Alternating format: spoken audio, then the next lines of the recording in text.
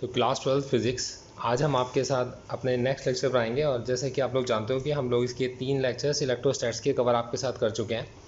अब हम आपको लेक्चर नंबर 4 पर लेकर आते हैं और हमारी कोशिश आपके साथ एक प्रोजेक्ट के ऊपर काम करने की है, और ये है बेसिकली क्लास 12 के लिए किस तरीके से ईजी वेज फिज़िक्स की ऑनलाइन क्लासेस की जा सकती हो, एक ऑनलाइन सिस्टम बनाया जा सकता हो। तो आज मैं आपके साथ लेकर चलूँगा लेक्चर नंबर 4, और इस लेक्चर नंबर 4 में मैं इलेक्ट्रिक डाइपोल को अच्छे से कवर करूँगा। तो देखो बच्चों, इलेक्ट्रिक डाइपोल के अंदर जिन चीज़ों को आज हम लेकर चलेंगे, इसके अंदर आएगा कि इलेक्ट्रिक फील्ड एक्सियल लाइन पर, इक्वेटोरियल लाइन पर निकालना, टॉर्क निकालना इलेक्ट्रिक डाइपोल के ऊपर, इसके अलावा पोटेंशियल एनर्जी निकालना। तो इन 3 डेरिवेशंस को मैं कवर करके चलूँगा, और ये बहुत काम किए हैं इलेक्ट्रिक डाइपोल में। इसी के ऊपर न्यूमेरिकल्स अगर आते हैं तो फॉर्मूला बेस्ड न्यूमेरिकल पूछे जाते हैं, तो वो ईजी होते हैं। कोई टेक्निकल कॉन्सेप्चुअल न्यूमेरिकल्स इसके ऊपर नहीं आते। तो हम सबसे पहले समझ के चलेंगे कि इलेक्ट्रिक डाइपोल होता क्या है। तो बच्चों, अगर हम आपसे बात करें इलेक्ट्रिक डाइपोल, तो देखो बच्चों, इलेक्ट्रिक डाइपोल, तो इलेक्ट्रिक डाइपोल, तो सबसे पहले डाइपोल का मतलब समझो। डाइपोल का मतलब है दो पोल। तो डाइपोल का मतलब है दो पोल। दो पोल जैसे कि नॉर्थ पोल और आपका साउथ पोल। तो बच्चों, जैसे नॉर्थ पोल और साउथ पोल, तो अगर आपसे डाइपोल की बात की जाए तो इसका मतलब होगा प्लस क्यू चार्ज और माइनस क्यू चार्ज। तो two equal and opposite charges separated by a very small distance. A B suppose करो डाइपोल की लेंथ है। Two equal and opposite charges, तो हम इसे बोलेंगे two equal and opposite charges. तो दो इक्वल और opposite charges separated by a very small distance, separated by a very small distance is called electric dipole. देखो बच्चों, फिजिक्स की एक बड़ी खास बात है, ये आपको ऐसे पढ़नी चाहिए जहाँ से ये आपकी समझ में आती हो। मैं आपको बहुत आसान तरीका समझाता हूँ कि फिज़िक्स को आप पूरा डिटेल में ना जाकर आप फिज़िक्स का उतने पोर्शन को समझने की कोशिश करो जो आपकी समझ में आता है। तो जैसे कि अगर मैं आपसे इलेक्ट्रिक डाइपोल की बात करता हूँ, तो दो मतलब डाइपोल मतलब दो पोल, इक्वल और अपोजिट चार्जेस के दो पोल, इसको हम बोलते हैं इलेक्ट्रिक डाइपोल। अब इलेक्ट्रिक डाइपोल दो इक्वल और अपोजिट चार्जेस की वजह से बनता है, ठीक है जी। अब इसमें एक चार्ज है प्लस क्यू और एक चार्ज है माइनस क्यू, और इन दोनों के बीच का डिस्टेंस बहुत ही कम होता है, और इस डिस्टेंस को आप कितना कहते हो, 2a कहते हो। अब आप इसे 2a क्यों कहते हो? जैसे कुछ लोग इसको 2l भी बोलते हैं, कुछ लोग इसको l भी बोलते हैं, कुछ इसे r भी बोलते हैं। इसकी वजह है कि इस इलेक्ट्रिक डाइपोल का मिड पॉइंट अगर आप ढूंढोगे, तो मिड पॉइंट ढूंढने से क्या होगा, आधा डिस्टेंस a और आधा डिस्टेंस आपके पास a बन जाएगा। सिर्फ इसलिए हम लोग इसको 2a लेकर चलते हैं। तो इतना मुश्किल नहीं, ईजी समझ में आ जाता है। अब इसी के साथ चीज़ आती है इलेक्ट्रिक डाइपोल मोमेंट। देखो बच्चों, इलेक्ट्रिक डाइपोल मोमेंट कोई ऐसी क्वांटिटी नहीं है जिसको आपको समझाया जा सकता हो फिजिकल एग्जिस्टेंस में। तो हम इसे बोलेंगे आपके इसमें it is a physical vector quantity. It is a vector quantity. ये बेसिकली एक तरीके से वेक्टर क्वांटिटी होती है, विच इज़ जो है क्या, which is the product of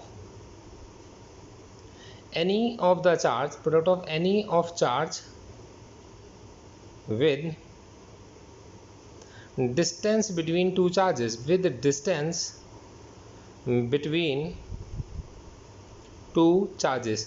तो दो चार्जेस के बीच के डिस्टेंस को अगर आप मल्टीप्लाई कर देते हो चार्ज के साथ में, मतलब इसको हम डाइपोल को P बोलते हैं, और ये होता है Q इंटू कितना होगा आपके पास में 2a। और ये वेक्टर क्वांटिटी क्यों है? अब देखो, अब इसका कोई फिजिकल सिग्निफिकेंस नहीं है कि मतलब कि आप इसे ऐसा कह सकते हो कि ये फोर्स है या मोमेंटम है, ऐसा कुछ ऐसा नहीं है। बेसिकली इसको डाइपोल मोमेंट इसलिए बोलते हैं, जैसे कि आपको याद होगा कि मोमेंट होता था अगर आप किसी बॉडी के वेट को मल्टीप्लाई करते थे एक डिस्प्लेसमेंट के साथ, मतलब लीवर आर्म के साथ आप मल्टीप्लाई करते थे क्लास 11th में।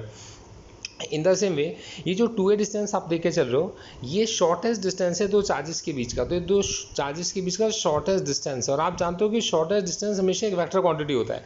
तो क्योंकि ये शॉर्टेस्ट डिस्टेंस एक वेक्टर क्वांटिटी होता है, तो आप एक स्केलर को अगर आप एक वेक्टर क्वांटिटी से मल्टीप्लाई करोगे तो आपको हमेशा वेक्टर मिलेगा। तो ऐसी कंडीशन में इसकी जो डायरेक्शन होती है वो डायरेक्शन होती क्या है, तो बेसिकली इसकी डायरेक्शन होती है फ्रॉम हमेशा ये हमेशा मतलब बेसिकली ये जो हम डायरेक्शन मान के चलते हैं ये ऐसे साइंटिफिक टर्म्स हैं जिनको पूरी दुनिया में एक ही तरीके से माना जाएगा, तो ये स्टैंडर्ड इंटरनेशनल टर्म्स है। तो डायरेक्शन होती है इसकी फ्रॉम -q टू +q इसकी डायरेक्शन होती है, ये बात आप हमेशा याद रखोगे, ठीक है। बहुत सिंपल सा लॉजिक है, कुछ नहीं है। तो ये इलेक्ट्रिक डायपोल के बारे में। अब बच्चों बड़ी इंपॉर्टेंट चीज़ आती है कि अगले जो मेन क्वेश्चन हमारा बनता है इसके ऊपर, क्वेश्चन नंबर 1 आता है, कहते हैं कि electric field due to electric dipole.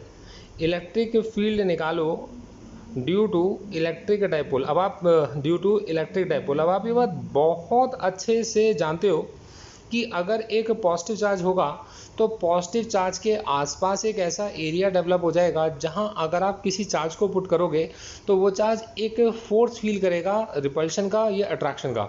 तो पॉजिटिव चार्ज की वजह से इलेक्ट्रिक फील्ड होती है। इन द सेम वे अगर आप एक -q चार्ज को प्लेस करोगे तो -q चार्ज के चारों तरफ एक ऐसा एरिया डेवलप हो जाएगा जिसमें अगर आप किसी चार्ज को रखते हो तो वो चार्ज एक्सपीरियंस करता है फोर्स, अट्रैक्शन का या रिपल्शन का। तो अब यहाँ पर आप कैसे +q चार्ज भी है और -q चार्ज भी है। तो कुछ लोग ये मान के चलते हैं कि +q चार्ज और -q चार्ज है तो ऐसा तो नहीं कि दोनों के फोर्स एक दूसरे को नलीफाई कर देते होंगे, तो देखो ऐसा नहीं होता। इसलिए हमें हमेशा रिजल्टेंट निकालना पड़ता है क्योंकि डिस्टेंस भी मैटर करता है, क्योंकि दोनों के बीच में डिस्टेंस है तो डिस्टेंस भी मैटर करता है। तो electric field due to electric dipole हमेशा मतलब बेसिकली हमारे सिलेबस में जो है वैसे तो ये 3 चीज़ें होती हैं, एक होती है एक्सियल लाइन, एक होती है इक्वेटोरियल लाइन और एक होती है एट एनी पॉइंट। बट हमारे सिलेबस में क्या है, एक्सियल लाइन और इक्वेटोरियल लाइन, केवल ये 2 केस हमारे पास में है। तो electric field due to electric dipole at a point lying on, देखो सबसे पहली चीज़ है एक्सियल लाइन। तो सबसे पहले मैं आपको एक्सियल लाइन के बारे में समझाऊंगा और उसके बाद हम इक्वेटोरियल लाइन के ऊपर जाएंगे, ठीक है। बहुत सिंपल तरीके से समझाऊंगा। तो देखो बच्चों एक्सियल लाइन क्या होती है, तो हमने इसका हेडिंग डाला एक्सियल लाइन। अब देखो बच्चों मैं आपके साथ जब भी कभी कोई टॉपिक डेवलप करने की कोशिश डिस्कस करता हूँ तो मैं आपको ना कुछ याद नहीं कराता, मतलब आपको रटने पे मजबूर नहीं करता, मैं लॉजिक के साथ धीरे धीरे करके उसके अंदर आपको लेकर जाने की कोशिश करता हूँ कि आप उस टॉपिक की डेप्थ में घुसते चले जाओ और फिर उसके बाद जब आप इमर्ज होकर आओ तो आपको उसमें सब कुछ आता हो, मतलब उस टॉपिक के बारे में आपको सब कुछ पता हो और आप वो सब कुछ अप्लाई कर सको। बच्चों मैं बार बार आपसे कहूँगा फिजिक्स हमारे दिमाग को इतना एक्सपेंड करती है कि अगर आपने केवल इकलौते सब्जेक्ट फिजिक्स में अच्छी कमांड कर ली, मुझे एक भी बच्चा ऐसा याद नहीं है और आप मुझे दिखा दो अगर ऐसा कोई है तो, जिसके फिजिक्स में तो आते हों 100 मार्क्स और बाकी सब्जेक्टों में वो फेल हो जाता हो, ऐसा नहीं होता। तो फिजिक्स में ही स्कोर करना थोड़ा मुश्किल होता है और अगर आपने फिजिक्स में स्कोर करना शुरू कर दिया तो फिर आपके सारे सब्जेक्ट्स एकदम से अपने आप बूस्ट हो जाएंगे क्योंकि आपका दिमाग डेवलप हो चुका है। बच्चों एक्सियल लाइन क्या होती है, तो एक्सियल लाइन होती है आपके पास में line joining the two charges, line joining the two charges is known as axial line. बस इतनी सिंपल सी बात है। एक ऐसी लाइन जो दोनों चार्जेस को ज्वाइन करती है हम उसको क्या बोलते हैं, एक्सियल लाइन बोलते हैं। अब देखो इसको डिटेल में समझा रहा हूँ। मेरे पास -q चार्ज और मेरे पास +q चार्ज, अब ये आपकी अपनी कन्वीनियंस है, आप इसे जैसे रखना चाहो रखो। बेसिकली -q टू +q आपका डायपोल की स्ट्रेंथ होती है, तो इसलिए मैं इसको -q लेफ्ट में +q को राइट में रखता हूँ और आप इसे उल्टा भी रख सकते हो, इसमें कोई हार्ड एंड फास्ट रूल नहीं है। इस लाइन को अगर आप एक्सटेंड करोगे तो ये पूरी लाइन कहलाती है एक्सियल लाइन और इसके ऊपर P is any point lying on this line. तो P कोई भी पॉइंट है जो इस लाइन के ऊपर लाई करता होगा। अब क्योंकि मैंने सेंटर को हमेशा मान के चलता हूँ मेन चीज़, क्योंकि देखो कभी -q से कोई चीज़ दूर है, कोई +q के पास है, तो बेसिकली हम क्या करेंगे, सेंटर को एक रेफरेंस पॉइंट मानेंगे। तो सेंटर मेरे पास रेफरेंस पॉइंट है, P मेरे पास एनी पॉइंट है और इनके बीच का जो डिस्टेंस है मैं उसको r लेट कर लेता हूँ, ठीक है। बहुत सिंपल सा लॉजिक है, कुछ नहीं है कि मेरे पास जो सेंटर है उस डायपोल का मैंने उसको ले लिया आपका रेफरेंस पॉइंट और यहाँ पर जो P है मेरे पास एनी पॉइंट है। और सपोज इसके ऊपर मैंने एक टेस्ट चार्ज को रख दिया, क्योंकि इलेक्ट्रिक फील्ड पता ही ऐसे चलती है कि भाई कोई चार्ज या तो अट्रैक्शन का या रिपल्शन का फोर्स मैं एक्सपीरियंस करने की कोशिश करेगा। अब ये जो -q चार्ज है ये इस +q0 को क्या करेगा बच्चों, आप मुझे बताओ। ऑब्वियसली बात है नेगेटिव से पॉजिटिव को अट्रैक्ट करेगा, तो ये इलेक्ट्रिक फील्ड P पॉइंट पर because of charge eight A बन जाएगी, ठीक है।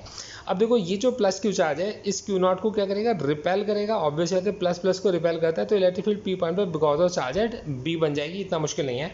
तो मैं यहाँ लिख देता हूँ इलेक्ट्रिक फील्ड P पॉइंट पर because of charge eight A, ये होगी 1/4πε0 और ये होगा चार्ज कितना होगा आपके पास में Q, और A से लेकर P तक का डिस्टेंस है आपके पास ये R, और R में आप थोड़ा डिस्टेंस प्लस करोगे। ऑब्वियसली बात है कि R से तो बड़ा ही है, तो R+A का होल स्क्वायर, और डायरेक्शन क्या है आपके इसमें आप लिख दोगे डायरेक्शन शोन इन फिगर। आपने लिख दिया डायरेक्शन शोन इन फिगर। ठीक है, बहुत सिंपल सा लॉजिक है, कुछ ही मुश्किल नहीं है। इलेक्ट्रिक फील्ड पी पॉइंट पर because of charge at B, तो ये होगा आपका 1/4 एप्सिलॉन नॉट, ये होगा चार्ज क्यू, और डिस्टेंस जो आपके पास में, आप देखो बी से लेकर पी है तो ऑब्वियसली बात है आर से छोटा डिस्टेंस है, तो आप इसे लिखोगे आर माइनस ए का होल स्क्वायर, और यहाँ भी सेम चीज डायरेक्शन शोन इन फिगर आपने लिख दिया एज इट इज, तो मुश्किल नहीं है। अब बच्चों मुझे एक बात बताओ, इस पी पॉइंट पर रिपल्शन की वजह से भी फोर्स लग रहा है और अट्रैक्शन की वजह से भी फोर्स लग रहा है, तो किस चीज़ की वजह से फोर्स ज़्यादा लग रहा है? तो आप अगर यहाँ देख कर चलोगे और आप सीख कर चलोगे तो पी पॉइंट पर रिपल्शन, क्योंकि पास वाला चार्ज ज़्यादा है, उस रिपल्शन की वजह से फोर्स अट्रैक्शन की वजह से जो फोर्स है उससे कम है। तो इलेक्ट्रिक फील्ड पी पॉइंट पर बिकॉज ऑफ बी चार्ज जो फोर्स है वो हमेशा बड़ा होगा पी पॉइंट पर बिकॉज ऑफ ए चार्ज, क्योंकि देखिए जो चार्ज ज़्यादा पास होगा उसका फोर्स ज़्यादा होगा, तो इस केस में रिपल्शन का फोर्स ज़्यादा है। ऐसा नहीं कि पॉजिटिव चार्ज है तो हमेशा ज़्यादा फोर्स होगा, जो चार्ज ज़्यादा पास में होगा, क्योंकि दोनों चार्जेस की वैल्यू सेम है, तो जो ज़्यादा पास में होगा उसका फोर्स ज़्यादा होगा और जो दूर होगा उसका फोर्स थोड़ा कम होगा। ठीक है, अब देखो इलेक्ट्रिक फील्ड पी पॉइंट पर अगर आप फाइनली निकालोगे तो ये होगी इलेक्ट्रिक फील्ड पी पॉइंट पर because of charge at B, और माइनस में इलेक्ट्रिक फील्ड पी पॉइंट पर because of charge at A, और यहाँ पर आप इसकी केवल मैग्नीट्यूड की बात करके चल रहे हो, और यहाँ पर आप इसके मैग्नीट्यूड की बात करके चल रहे हो, और ये भी केवल इनकी मैग्नीट्यूड की बात की जा रही है, और यहाँ आपने वेक्टर लगा दी क्योंकि वेक्टर क्वांटिटीज़ हैं, और यहाँ आप यहाँ लिखेंगे डायरेक्शन। डायरेक्शन क्या होगी आपके पास में?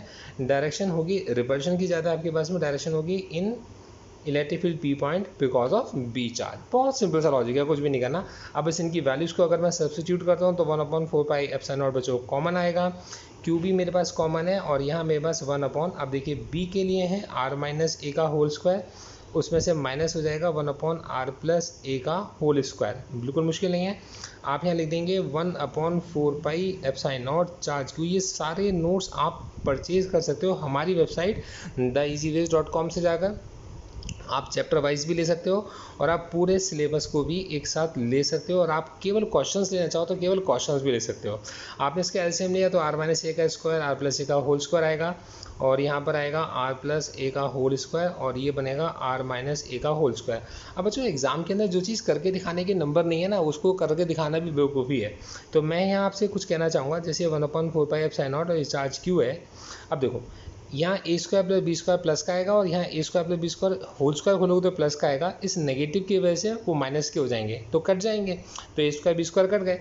यहाँ बचता है 2ra पॉजिटिव, और यहाँ बनता है -2ra, लेकिन इस माइनस की वजह से वो पॉजिटिव बन जाएगा, तो बेसिकली 4ra बचेगा, और यहाँ बच जाएगा r square minus a square का होल स्क्वायर। बिल्कुल भी मुश्किल नहीं है, आप लिखोगे 1/4 एप्सिलॉन नॉट चार्ज क्यू के साथ में कितना आएगा आपके पास में, देखिए 2a लिख दो और साथ में 2r लिख दो, और नीचे लिख दो r square minus a square का होल स्क्वायर। तो यहाँ अगर आप आगे जाएंगे तो आपकी जो इलेक्ट्रिक फील्ड है पी पॉइंट पर वो बन जाती है आपके पास में, अगर मैग्नीट्यूड की बात की जाए 1/4 एप्सिलॉन नॉट, आपके पास में देखिए क्यू के साथ में 2a है, और उसी के साथ में कितना था आपके पास में 2r, और नीचे है r square minus a square, और डायरेक्शन आप जानते हैं पी पॉइंट पर बिकॉज ऑफ बी की जो डायरेक्शन है वो हमारी डायरेक्शन है फाइनल, है ना। अब बच्चों इसी के अंदर हम लोग देख के चलें, ये जो Q इंटू 2a होता है ये आप जानते हो, ये होता है आपके पास में P जो कि डायपोल मोमेंट है, तो हो गया P into 2r upon r square minus a square का होल स्क्वायर। अब बच्चों इसके अंदर एक स्पेशल केस भी आता है, और आप उस स्पेशल केस को भी देख के चलो कि अगर ये r डिस्टेंस बहुत ज़्यादा बड़ा हो इस डिस्टेंस 2a से, क्योंकि डायपोल जो होता है आपके पास में डायपोल छोटा होता है, जैसे कि HCl हो गया।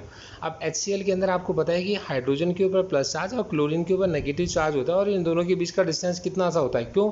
अब देखो इसे भी समझा देता हूँ आपको।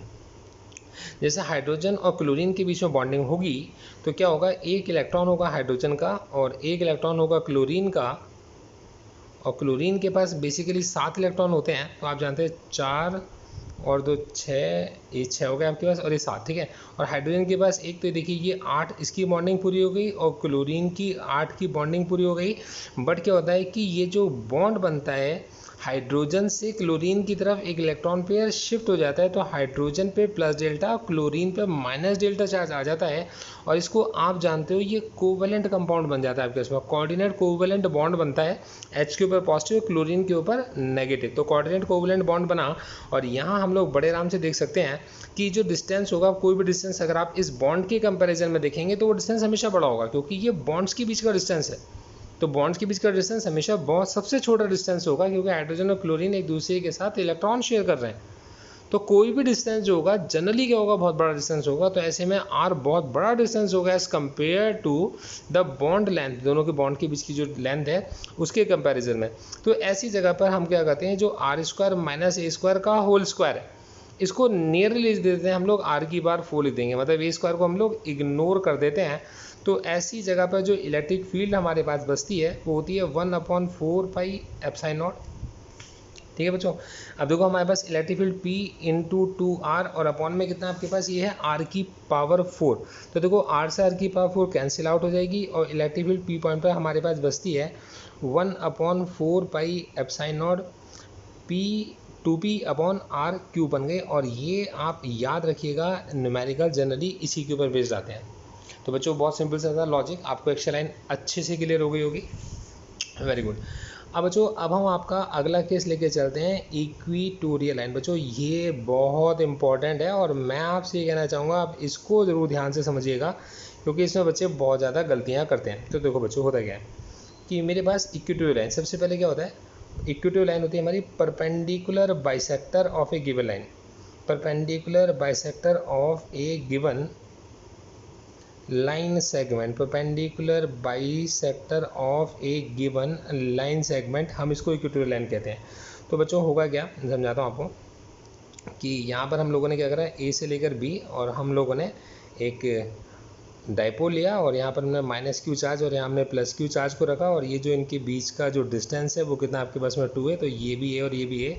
तो ये जो इस लाइन की परपेंडिकुलर बाइसेक्टर है इसको इक्वेटोरियल लाइन कहते हैं। और यहाँ मैं सपोज कर देता हूँ कि कोई P पॉइंट है जो इसके ऊपर लाई करता है, और यहाँ मैं इसको ऐसे करके मार्क कर देता हूँ। आप ज़रा समझो, ये डिस्टेंस और ये डिस्टेंस बिल्कुल सेम है, और ये 90 डिग्री का एंगल भी सेम है, और ये साइड भी आपके पास में कॉमन है। तो साइड एंगल साइड से, तो from SAS congruency, from SAS congruency अगर आप लगाओगे, ये जो ट्राइंगल है आपके पास में POA आपका बिल्कुल कॉन्ग्रेंट होगा, ट्राइंगल POB के बिल्कुल कॉन्ग्रेंट है।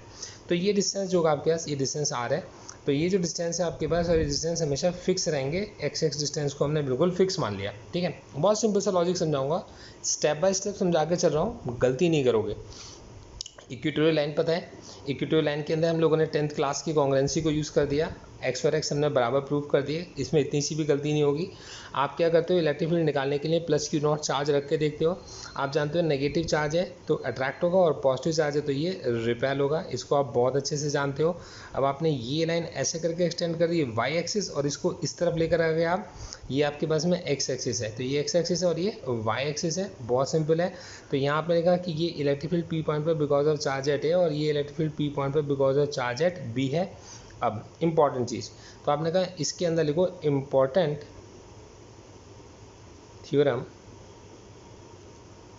वो क्या होता है आपके पास में, देखो जी बहुत सिंपल सा लॉजिक है आपके पास में, angle opposite to equal sides are equal, angle opposite to equal sides are कैसी होती हैं आपके पास, इक्वल। तो बेसिकली ये दोनों इक्वल साइड्स हैं, तो इनके ऑपोजिट एंगल्स भी कैसे होंगे आपके पास, इक्वल होंगे, थीटा थीटा इक्वल हो गए। अब बच्चों बहुत ध्यान समझना है, ये दोनों लाइंस आपस में पैरेलल हैं, तो ये थीटा तो ये भी थीटा, और ये थीटा तो ये भी कितना होगा आपके पास में, थीटा होगा। ठीक है, अब देखो ये जो PB है इधर भी रिजॉल्व होगा और y एक्सिस में भी रिजॉल्व होगा। तो इलेक्ट्रिक फील्ड अगर आप x एक्सिस के पास जाते हो तो वहाँ पर इलेक्ट्रिक फील्ड P पॉइंट पर because of B charge resolve होती है cos theta, plus in the same way ये भी रिजॉल्व होगी, इलेक्ट्रिक फील्ड P पॉइंट पर because of A charge resolve होती है cos थीटा। और इलेक्ट्रिक फील्ड y डायरेक्शन में अगर आप जाओगे तो ये ऊपर रिजॉल्व होगी और ये नीचे रिजॉल्व होगी। तो इलेक्ट्रिक फील्ड P पॉइंट पर बिकॉज ऑफ B चार्ज ऊपर की तरफ होगा y एक्सिस में sin थीटा, डायरेक्शन ऑपोजिट है P point because of A charge और ये होगा sin थीटा। ठीक है, यहाँ तक तो बिल्कुल ही मुश्किल नहीं है, यहाँ तक तो मतलब ये वो चीज़ें जो आप आराम से कर सकते हो, इसमें कुछ भी मैंने कोई हार्ड एंड फास्ट साइंस नहीं लगाई है ना। अब देखो अगर आप P पॉइंट पर electric field because of A charge निकालते हो तो ये होगा 1/4 pi epsilon not charge Q और डिस्टेंस का स्क्वायर मतलब x का स्क्वायर, और डायरेक्शन आपने फिगर के अंदर दिखा दी है। तो आपने कहा डायरेक्शन शोन है इन फिगर। भाई कहाँ शोन है, आपने देखा भाई, आपने कहा जो ए चार्ज की वजह से डायरेक्शन थी अट्रैक्शन की थी, आपने फिगर में दिखा दी है, और ये -q चार्ज की वजह से ये p चार्ज पर इलेक्ट्रिक फील्ड क्या होगी आपने दिखा दिया, ठीक है, और ये इसकी वैल्यू होती है। अब आप इलेक्ट्रिक फील्ड पी पॉइंट पर बिकॉज ऑफ बी चार्ज की अगर आप बात करते हो तो आप जानते हो कि ये भी 1/4πε0 q/x² ही होगी, क्योंकि चार्ज भी सेम है, डिस्टेंस भी सेम है ना। और डायरेक्शन आपने क्या लिखा भाई, डायरेक्शन शोन इन फिगर है, और इसमें कुछ भी नया आपने नहीं करा, बहुत सिंपल है। अब बच्चों देखो होता क्या है कि अब इन दोनों वैल्यूज़ को अगर आप देखो तो इलेक्ट्रिक फील्ड पी पॉइंट पर बिकॉज ऑफ ए चार्ज का की जो वैल्यू है, इलेक्ट्रिक फील्ड पी पॉइंट पर बिकॉज ऑफ बी चार्ज की जो वैल्यू है, ये दोनों वैल्यूज़ बिल्कुल सेम है ना। तो इसको हम क्या करते हैं, थोड़ी देर के लिए ई लेट कर लेते हैं। अब क्वेश्चन बड़ा आसान हो गया। इलेक्ट्रिक फील्ड एक्स एक्सिस में हमारी ई कॉस थीटा और प्लस ई कॉस थीटा, मतलब कितना आपके पास में 2e कॉस थीटा, मतलब 2 × 1/4πε0 q/x²। और कॉस थीटा कितना होता है आपके पास, कॉस थीटा होता है आपका, कॉस थीटा होता है बेस अपॉन हाइपोटेनस, मतलब a अपॉन में कितना होगा x। तो इलेक्ट्रिक फील्ड एक्स एक्सिस में हमारी बन जाती है 1/4πε0 q × 2a अपॉन में कितना है x³। तो q × 2a कितना होता है आपके पास में, ये बात आप बहुत अच्छे से जानते हो कि q × 2a आपके पास होता है p, है ना। तो बच्चों हम यहाँ आ गए और हमने यहाँ पे लिखा कि इलेक्ट्रिक फील्ड एक्स एक्सिस की डायरेक्शन में हमारी 1/4πε0 p अपॉन में कितना है x³। ये हमारे पास एक्स एक्सिस की डायरेक्शन है। अब x है क्या, ये बेसिकली √r² प्लस a² है, और पहले हमारे पास था r² - a²। तो बच्चों मैं यहाँ आपसे कहना चाहूँगा, इफ़ आपके पास r बहुत बड़ा हो a से, तो आप r² प्लस a² को नियरली लिख सकते हो आप r²।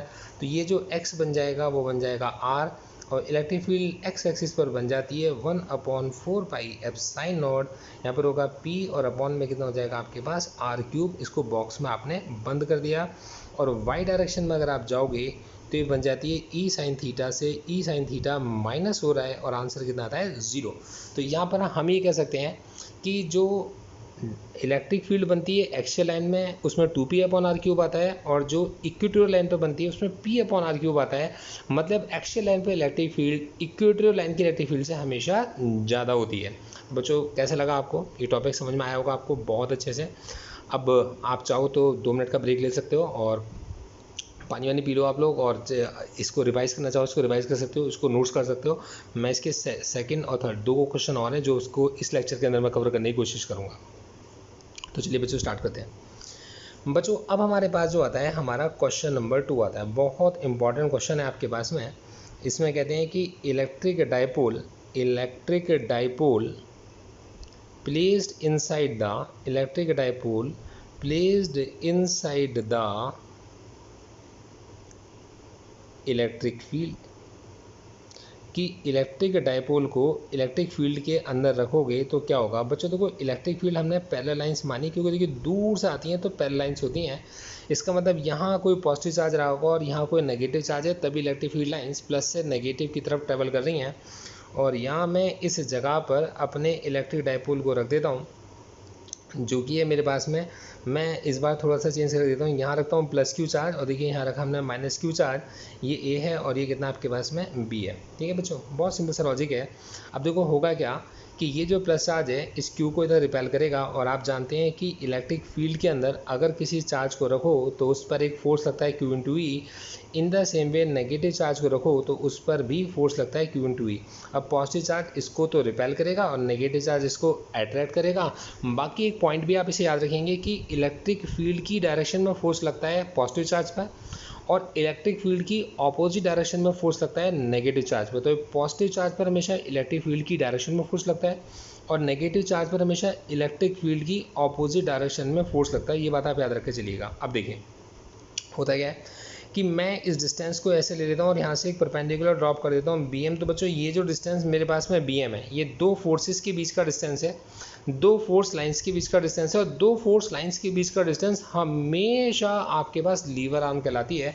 तो यहाँ जो आपके पास में रखेंगे आप कहेंगे as the forces counter each other. देखिए क्या कर रहे हैं, फोर्स एक दूसरे को काउंटर कर रहे हैं, काउंटर ईच अदर। तो net force is zero, net force कितना होगा आपके पास में, ज़ीरो। स्टिल देयर एक्ट्स, यहाँ एक्ट करता है एक टॉर्क एक्ट करेगा, और ये जो टॉर्क होता है ये होता है force multiplied by perpendicular distance between the forces. तो ये बात आप याद रखेंगे, टॉर्क होगा आपके पास में फोर्स मतलब Q E into perpendicular distance between the forces. अब perpendicular distance between the forces आपके पास में बी एम, तो आपने क्या लिखा, B M into B M. अब यहाँ अगर आप आओगे, ये एंगल अगर आपके पास में होगा थीटा, और ये डिस्टेंस है 2a, तो साइन थीटा होगा बी एम अपॉन में 2a। तो आपने लिखा sine theta is equals to B M upon में 2a। तो torque is equals to Q E into 2a sine theta. तो torque is equals to Q into 2a है p, तो torque बन गया आपका पी ई साइन थीटा। इसको box में बंद कर दीजिए। बहुत सिंपल सा लॉजिक है। अब इसी के ऊपर तीसरा क्वेश्चन हमारे पास में आता है, work done in rotating, work done in rotating the electric dipole. अब भाई इलेक्ट्रिक डाइपोल को अगर आप मूव कराओगे तो आप जानते हो कि ये जो टॉर्क है ये थीटा को घुमाने के काम आता है, मतलब टॉर्क इसको घुमाने वाला टॉर्क है।